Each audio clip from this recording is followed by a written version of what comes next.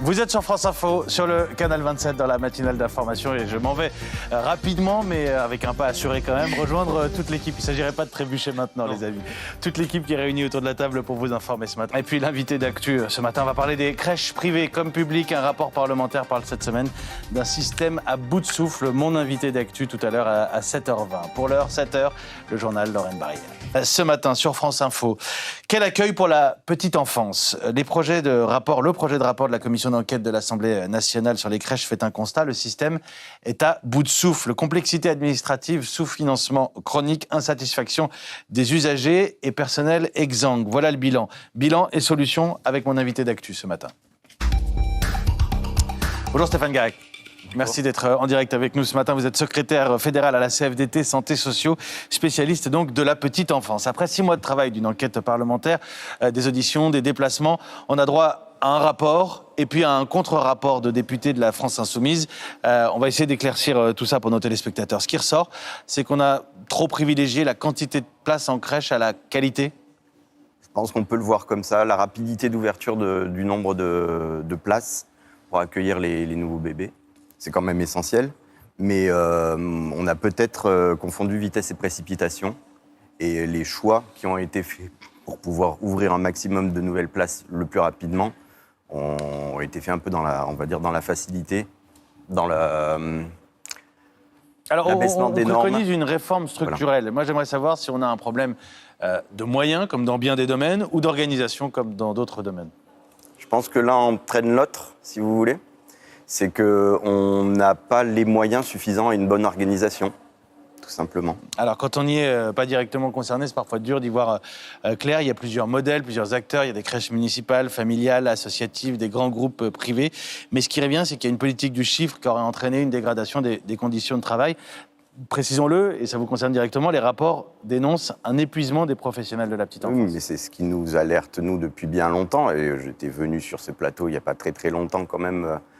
au sujet des travaux du comité de filière petite enfance, on n'avait pas vraiment découvert le problème d'attractivité, mais il est clair qu'on a de moins en moins de renouvellement des personnels, de moins en moins de personnel en crèche, et donc des personnels qui se fatiguent, qui s'usent et qui, donc, du coup, ne peuvent pas aller au bout. Multiplier les petits arrêts qui risquent de plus être rémunérés. Enfin bon, vous voyez le genre de situation. Puis il y a un enjeu de sécurité aussi, on va le rappeler simplement. Cette commission d'enquête, elle était lancée après la mort par empoisonnement d'un bébé de 11 mois. C'était en 2022 à Lyon. Il était placé dans une crèche privée. Il y a donc ce rapport aussi, contre-rapport de députés de la France Insoumise qui estime, pour faire simple, qu'on ne cible pas assez le privé. C'est là où c'est un peu...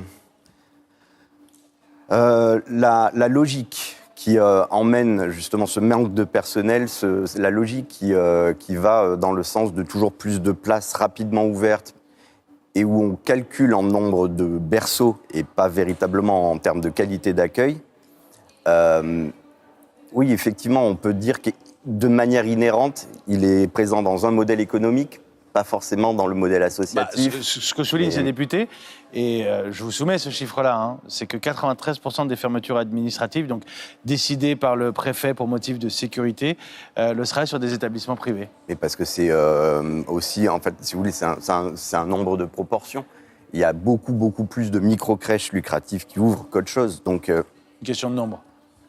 Ah, mais c'est important, c'est pour ça que je vous soumettais le chiffre. Oui. Ces députés LFI demandent un gel des ouvertures de places du secteur privé lucratif. Je me suis posé la question, quel est le sens d'un gel ? Aucun.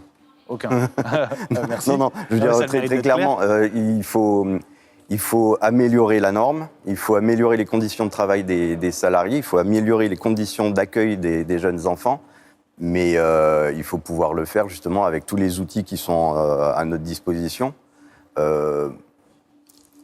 Je représente les salariés des structures, des établissements d'accueil de jeunes enfants. La CFDT représente tous les salariés de tous les types de AJE.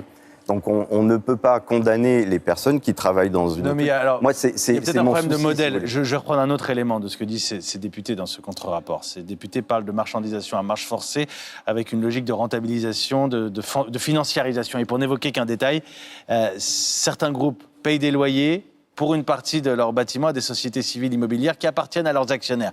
Là, tout le monde peut comprendre qu'il y a un montage financier problématique. Et, les montages financiers, effectivement, ils sont effectivement dans la petite enfance, ils sont dans les EHPAD.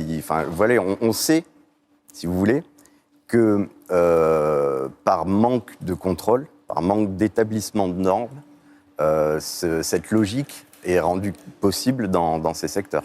Plus de normes, c'est ce qui revient dans vos réponses. Plus de normes. Mais c'est pas ce qu'on entend souvent dans les débats politiques. On a trop de normes. Là, vous dites ce matin, il faut plus de normes dans la matière. Dans la le rapport enfance, suggère aussi le renforcement des contrôles inopinés. Il va falloir rassurer les parents, plus normer le secteur. Alors, il s'agit de rassurer les parents, il s'agit de rassurer les salariés qui s'usent au travail, et puis le confort de l'enfant accueilli lui-même, qui sera dans une bien meilleure situation s'il a plus d'adultes autour de lui dans son établissement d'accueil. Vous avez raison de le souligner. Peut-être que je parlais des parents et des professionnels, peut-être qu'on va remettre l'enfant au milieu de ce débat-là, ça me paraît essentiel. Merci Stéphane Garec. Je vous en prie. Je rappelle que vous êtes secrétaire fédéral à la CFDT Santé Sociaux, spécialiste en l'occurrence de la petite enfance. Merci d'être venu. C'est un bon mot. Éclairer en tout cas nos téléspectateurs Merci sur ce sujet complexe.